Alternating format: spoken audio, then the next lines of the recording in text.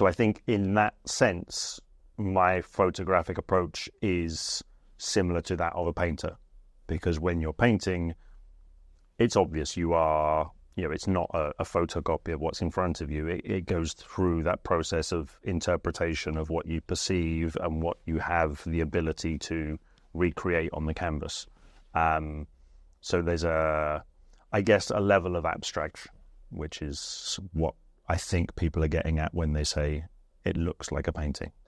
I always think of it as a hyper-realism where we to imprint our creative eye onto the image that we're taking, in a sense. Yeah. That's where that individualism really comes from, I think. Yeah, I mean, for me, it goes back, I think, to when I first started experimenting with photography when I was a kid, because my dad was a photographer, working with analog photography. There was that experience of seeing an image come up on a piece of paper in a tray of developer, and it being something quite magic and better than reality. And I think I still have that sense of wonder and excitement. I prefer looking at the pictures I've taken of the person rather than looking at the person. I think there's something extra in the picture it's not that it's not there in real life, but I think it's easier to kind of direct the viewer towards it in the picture than in real life. In real life, you're distracted by movement and words and what the person's doing and how they're interacting with you. Whereas when you have a picture, then it's purely there isn't that interaction. You can observe them the way that you want to, rather than being directed by them to see a certain side of them or pay attention to a certain thing. Yeah, there's also a degree of sort of visual aesthetics that comes into that. I love watching movies from the 50s. I love that color, that sort of aesthetic in a sense. And I often think I think I used to think when I was a kid, I used to think that the world actually looked like that. Yeah. Back in the 50s. Just like my daughter always thinks that back in the 1920s, life was black and white. Yes. Basically, because that's the sort of it's the kind of impression that we have of that time.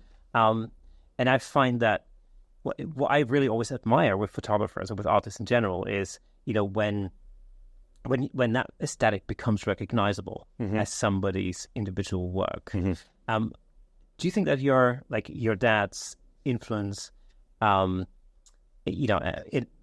analog photography has had a major impact on your aesthetic? For sure. I mean, I think the way that influence works is quite straightforward. What you consume is going to shape what you produce. There's no question. It's not 2 + 2 = 4, but certainly, the raw material that goes in is going to, in large part, shape the product that comes out. So, I mean, the things that I can obviously point to when I work in black and white, I love black and white. I don't do grays. I like really, really strong contrast in my black and white work. I think that comes from him. And the 10:8 aspect ratio, that was just, what he worked in, and it just feels natural to me. I rarely produce pictures in anything other than a 4x5 or 5x4. Unless I'm doing a very widescreen, and then it's 16x10, which is just two 10x8 shoved together. So, true. Yeah. I recently cropped something as a 5x7 for the first time ever, and I thought, this is actually the first time my creative eye thinks that looks better on this particular shot. Right. But I was still hesitant to deliver it like that.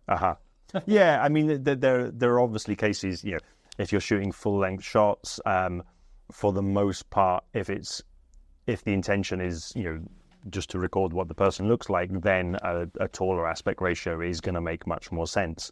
But in terms of creative production, 4x5 with plenty of negative space is by far my preferred aspect ratio. It just looks right to me, and I think that comes from having consumed lots and lots of pictures in that aspect ratio from a very young age. Is there something is there like a commercial driver with that aspect ratio? We're in London at the moment. You're a very well-known headshot photographer in London. I don't know, styles differ between New York City and what else. Is there sort of a driver to deliver in 10x8 over here or not? I mean, in terms of Instagram, that's sort of the maximum screen size that you can get is if you do a 4:5 portrait aspect ratio. But I think those things are less and less relevant as we go on. I mean, the size of phones that people have nowadays, you don't really need to be conscious of maximizing the amount of screen size that you're taking. People can see things perfectly large on the screens that they have. I think within the uses that people are going to make of pictures, people are mostly quite comfortable with if they need to crop a picture to fit into a given requirement on a social media platform or a casting website or whatever it is, they do that. Most websites have tools that make that kind of stuff easy. So, I mean, I don't think it's a bad thing commercially, but that certainly is not my consideration. It's what looks good to me. I want to deliver a picture that looks good to me, and then if it needs to be shoehorned into some other aspect ratio for some other reason, it can be. Those compromises can be made, but the initial production of the picture should be based on what looks good to me. Thank you so much for tuning in. If you enjoyed that clip, then press here for the full episode in glorious Technicolor. Hey, and don't forget to subscribe.